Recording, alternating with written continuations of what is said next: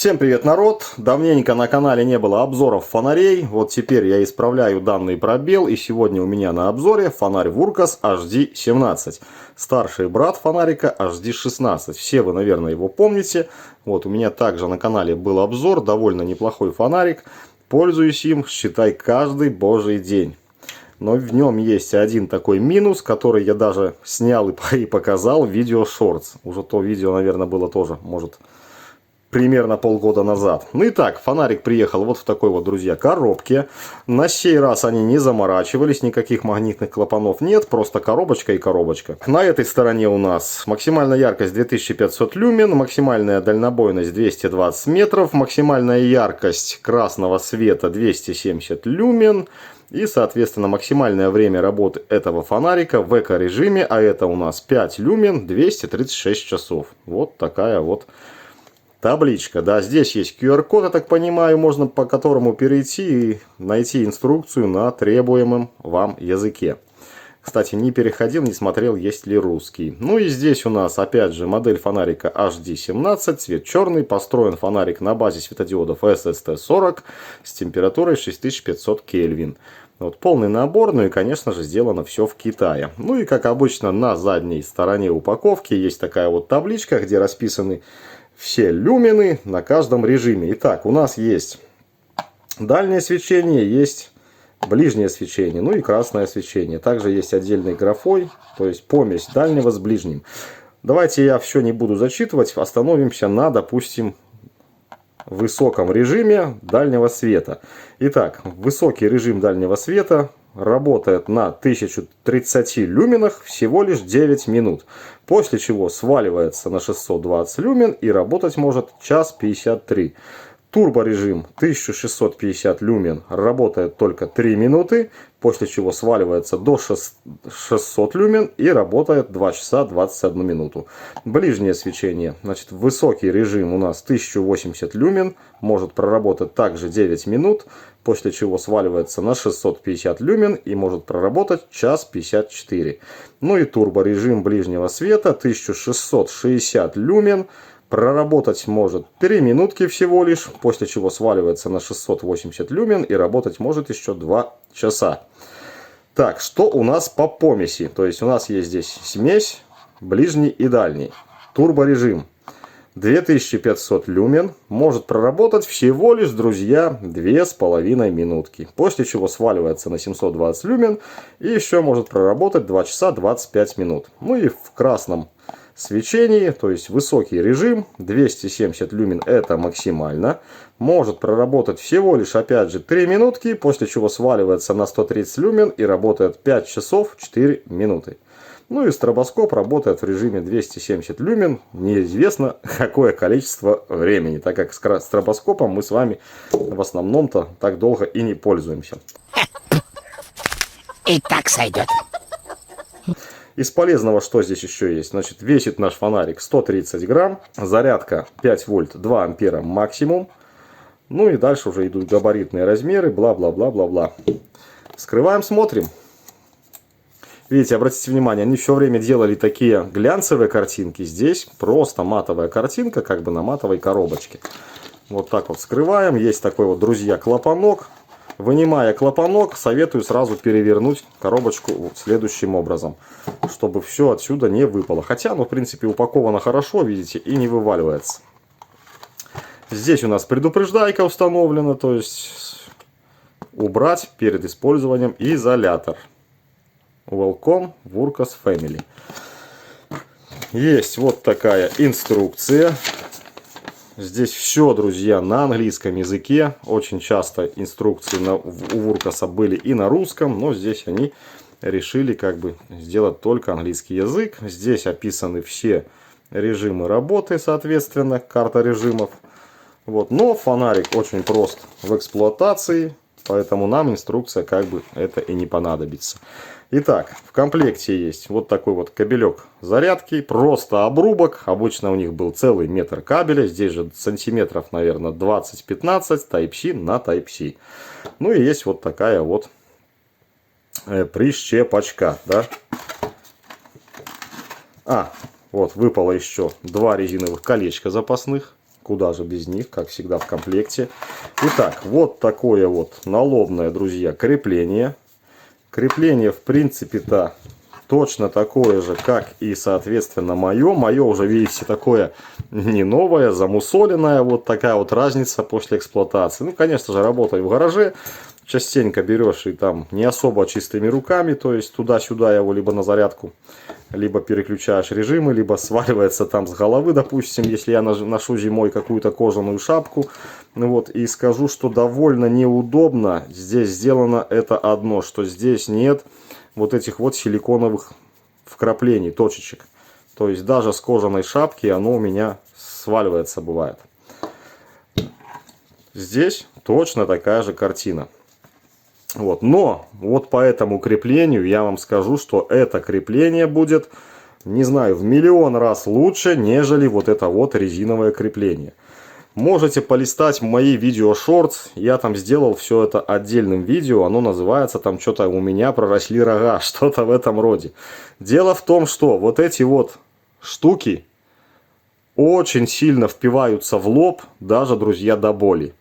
Но надо работать, поэтому терпишь, и когда снимаешь фонарик со лба, на лбу такие, знаете, две вмятины от этой вот вещи. Как-то зашел в магазин, смотрю, что-то на меня люди смотрят и улыбаются. А я зашел вот с этими вот на лбу рогами. То есть фонарик снял, и на лбу две вмятины, точно как роги. Вот как бы так. А здесь уже у нас на лоб получается повязочка. Все красиво, отлично. И эти вот ушки уже до лба не достанут. Но в то же время здесь как бы крепление вот на этих резинках я считаю надежнее, нежели крепление пластиковое. Летом, да, куда ни шло, все будет отлично, все шикарно, но зимой, друзья, вот это все дело может быть ломким. Вот так это все дело у нас вставляется, и вот слушайте щелчки. То есть там зубчик. У нас здесь, видите, такие вот нанесены, ну, шлицы будем называть. А здесь два зубчика. И вот эти шлицы упиваются в эти зубчики. Соответственно, у нас получается более точная регулировка угла подсветки. Что я считаю, в принципе, классным. Здесь такого нет. Здесь, видите, просто сделаны такие ребра а-ля охлаждение, да. И все это дело у нас на резине. Вот. Так, повязочка. Ну, опять же, есть клипса. Есть клипса, который мы можем установить как сюда, так и, соответственно, перевернуть сюда. После использования клипсы наше анодирование никуда не пропадает, не царапается. Видите, все аккуратненько, все чистенько. Опять же, вторая сторона, ни одной царапки нет. То есть, качество фонариков у них, ну, я имею в виду Вуркас, да, на хорошем и отличном уровне. Вот сколько у меня фонарик вот этот вот уже служит, я, друзья, не знаю. Он даже падал. Я уже думал, не дай бог, стеклом упадет, хана. Посмотрите, ни одной царапинки нету. А он у меня уже, я не знаю, ну, работает на все, как говорится, деньги. Да уже давно он 5 раз или 10 отработал эти деньги. Вот, ни одной царапинки, вот есть, видите, пыльца, но царапин нету. А бывает и какими-то плоскогубцами вместе в руке держишь и там его крутишь, регулируешь, либо включаешь. Поэтому качество, как всегда, у Вуркас на высоте. Ну что ж, поскольку у нас в инструкции есть удалить изолятор, вот он так вот лежит, удаляем изолятор, смотрим аккумулятор. Аккумулятор у нас, как всегда, фирменный, Вуркас 18650, 3000 мАч. Друзья, кому интересно, давайте померяем внутреннее сопротивление аккумулятора. Аккумулятор заряжен полностью и до конца. Так, надеюсь, виден вам дисплей. Ну и погнали. Ну, будем говорить, 37 миллиом.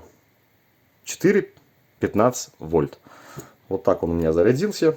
Теперь проверим, как он будет работать, если мы вдруг сделали вот такую вот переполюсовочку. В крышечке, как всегда, у нас золотой контактик. Кто-то где-то писал, что ты переполюсовку проверяешь, когда вот этот вот пипка, это, да, плюсовой контакт попадает в пружинку. Нет, в пружинке, видите, есть поперечная такая вот загибка, которая никак не промажет плюс. Поэтому закручиваем все это дело. Друзья, я скобу сниму, так как очень неудобно показывать. Закручиваем все это дело и включаем фонарь. Все, ничего у нас не включилось, не взорвалось, не сгорело. Переворачиваем. Значит, берем другой фонарик Вуркас и подсвечиваю там. Там тоже, друзья, у нас такая же позолоченная пружинка. Вот. Кто-то писал мне, эти пружинки окисляются и потом плохо работают. Друзья, ну блин, ну зачистите в эту пружинку, да и проблем у вас не будет. Уже если грешит на эту пружинку, то нафиг вы покупаете эти фонарики вообще. Возьмите какой-нибудь там дешманский фонарь, который стоит, там, не знаю, в районе $3. Там простая стальная пружина, все покупают и никто не жалуется. Также в данном фонаре имеется у нас магнит. Вот. То есть на штангенциркуле держится без напряга. Давайте попробуем на более тонком. Пожалуйста, тоже без напряга. Точно так же, как и 16-й. Все держится, видите, даже с повязкой. Поэтому магниты здесь хорошие, сильные и надежные. Ну что по внешнему виду? В принципе, внешний вид, наверное, точно такой же, как и у 16-го. Вот видите, они отталкиваются, они не могут примагнититься. Внешний вид точно такой, как у 16-го. Здесь тоже все точно так же, только здесь, видите, нет у нас надписи, здесь уже есть указание модели. А так тоже индикатор работы и, ну, фонарика. Если, допустим, мы его включим, давайте я покажу. Ой, вот у нас горит зеленый, здесь у нас та же беда, через время все это дело гаснет. Вот. Тем самым показывает, что мы фонарик включили. Когда загорается красный, нам говорит это о том, что нам надо фонарик поставить на подзарядку. Думаю, уже по этим индикаторам распинаться здесь вам не нужно. Так, видите, здесь этот фонарик защищен такой вот пленочкой желтой. Мы ее снимаем, конечно же, чтобы посмотреть воочию все это дело.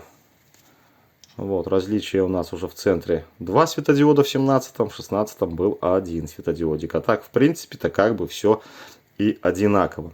Ну и отличие, конечно, по управлению. Вот здесь очень простое управление, в отличие от данного фонарика. Так как этот фонарик, если мы включим, я там на лбу что-то кручу, видите, я могу крутилочкой регулировать и добавлять, смешивать цвета. Вот. То уже в этом фонарике такого как бы сделать нельзя. Пройдемся по режимам. Перед этим покажу вам фонарик немножко поближе. Покручу, поверчу. Вот крутилочка с такими обозначениями. Здесь есть кнопка переключения режимов. Вот. Ну, здесь опять же гнездо зарядки USB Type-C, индикатор, надпись, маркировочка модели, крышка, светодиоды, стекло. Думаю, понятно. Итак, обращаем внимание, у нас фонарик сейчас стоит в режиме выключен.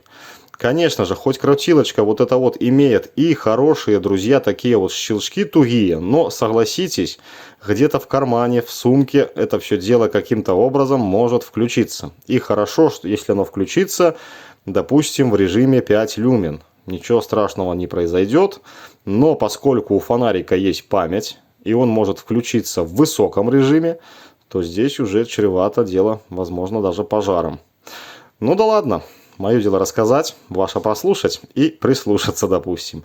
Значит, первое, делаем переключение, это у нас дальний свет. Бах, и включается дальний. Давайте я сброшу все это дело на минимум и начнем как бы с вами сначала.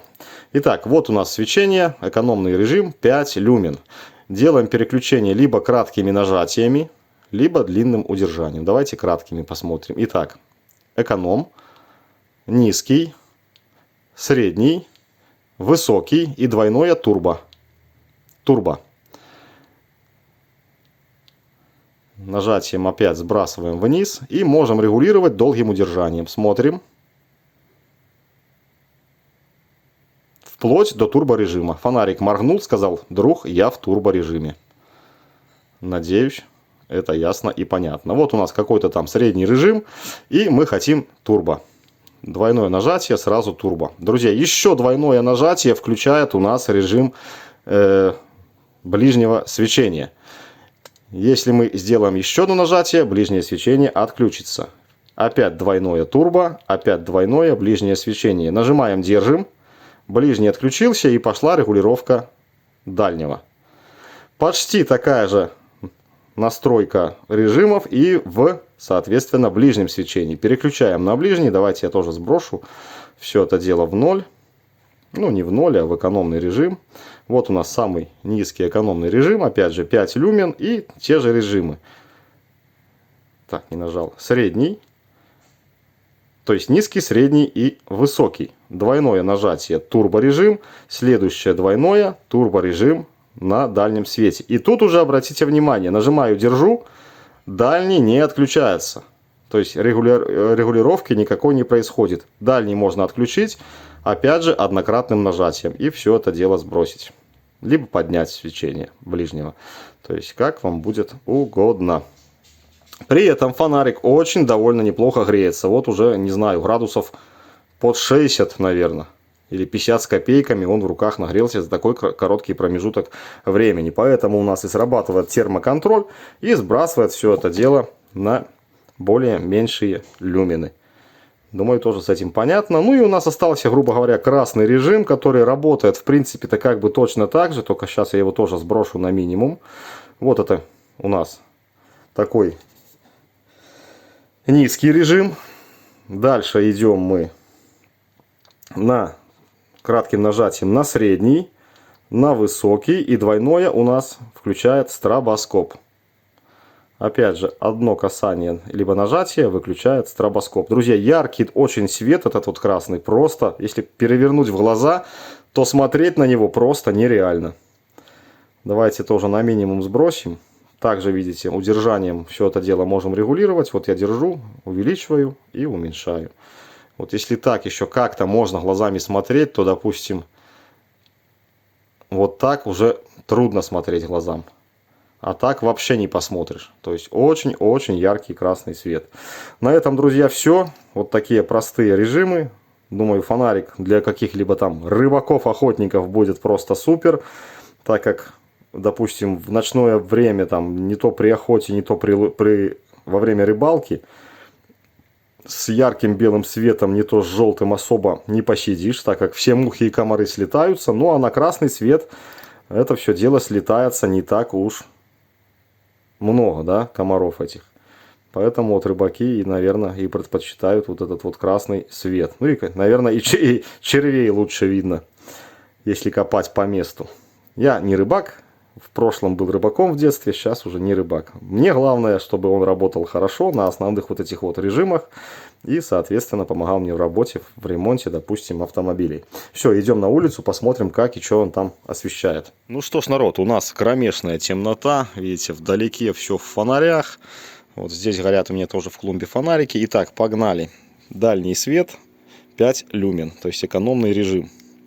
Ну и вот так все это дело выглядит. Фонарь у меня находится на лбу. То есть видно не особо далеко. Вот, но что-то вблизи, допустим, где-то в палатке, либо в поезде, мы с вами сможем отлично почитать книжку, чтобы не мешать соседям. Следующий режим у нас низкий. Вот, и низкий режим у нас, видите, как хорошо все освещает. То есть спокойным образом мы уже даже можем с вами где-то ездить или ехать на велосипеде. Все шикарно и отлично освещается. Итак, средний режим. Вот как. Уже даже мой участок в таком режиме можно спокойно посмотреть. Ну и высокий режим. Уже полностью как днем. Вон березки, видите, видны вдалеке. Просто отлично. Давайте сейчас я все это дело сброшу и немножко вас направлю. Вот у нас горит яркий фонарь в центре, грубо говоря, экрана. И немножко левее растет дерево. То есть до дерева примерно метров 150 плюс. И давайте сейчас врубим мы с вами сразу турборежим. Посмотрим, достанет до дерева или нет. Бах. И вон вдалеке, за меньшим деревцем, видно наше дерево. То есть довольно неплохо освещена крона. Ну что ж, переходим к ближнему режиму. Это я выключил. Дальний, ближний. Ближний режим 5 люмен. Видите, как уже широко, в отличие от дальнего света, освещен участок. Опять же, в этом режиме можем спокойным образом какую-то книжечку читать. Падает тень от телефона. Ну и уже больше на большее расстояние, конечно же, мы ничего не видим. Итак, низкий режим. Не включил. Опа. Низкий режим. И уже в низком режиме, пожалуйста, можем что-то как-то где-то, причем прилично, просмотреть. Ну и опять же, можем спокойно ехать на велосипеде. Обращаю ваше внимание, что вот, допустим, травка в телефоне очень-очень яркая, в отличие от реальности. То есть телефон, конечно же, делает свое плохое дело. Камера телефона. Поэтому это обязательно учитывайте. Средний режим, пожалуйста. Очень широкий угол. Все буквально видно и освещено вот довольно неплохо. Высокий режим. То же самое, участок весь освещен, причем таким широким углом, а не направленным пучком. Вот. Отличная видимость. Ну и турборежим. Немножечко добавилось света, но не особо в турборежиме. Вот, то есть все так же. До дерева уже, наверное, не достает. Да, до того дерева, видите. Мне лично глазами видно немножко, но вам не видно. А так просто замечательно и шикарно. Ну что ж, давайте теперь двойное нажатие. И у нас, видите, двойной режим. То есть турборежим и ближний, и дальний в спарке. И опять вон то деревце уже как-то тут лбом плохо направить. Уже мы его можем рассмотреть вот в таком положении. То есть все как бы замечательно. Ну что ж, едем дальше. И врубаем красный свет. Тоже низкий режим. Все вот так вот видно. Довольно-таки неплохо. Следующий режим. Да что ж я не могу включить-то? О, какой заливной свет. Опять же, глазу, ну, не так ярко, как это видно, допустим, вам на стене. Камера красный свет просто шикарно передает. Но вот глазами его так не видно. Ну и давайте высокий самый режим. Вот, уже даже и глазами ярко. Вот так это все дело освещается. То есть весь мой участок залит красным светом. Надеюсь, вам видно. Ну и что у нас осталось? Стробоскоп. Вот такая картинка. Очень неприятная глазу. Смотрите на забор, как вот пятно такое света. На этом, друзья, все. Будем с вами прощаться. Надеюсь, что-то как-то по данному фонарику вы поняли. Ну а фонарик, в принципе, если для работы, то просто суперский. Все, всем пока. Всех люблю. Подписывайтесь на мой канал.